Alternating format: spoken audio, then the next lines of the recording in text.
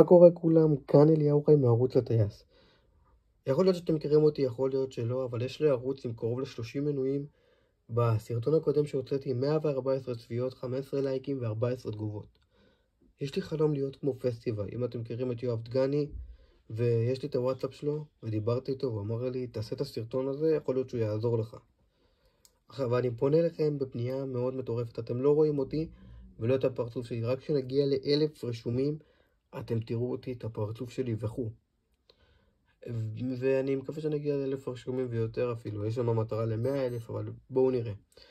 עכשיו אנחנו על 30 מנויים, והמטרה שלי זה להגיע ל40 מנויים.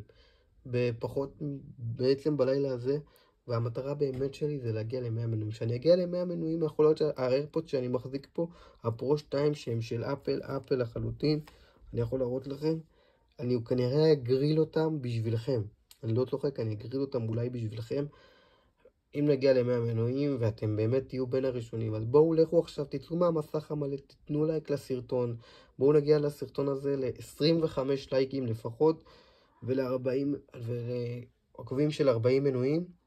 תפעילו את הפעמון, תעקבו אחריי, ותגידו לי למה מגיע לכם האיירפודס הזה.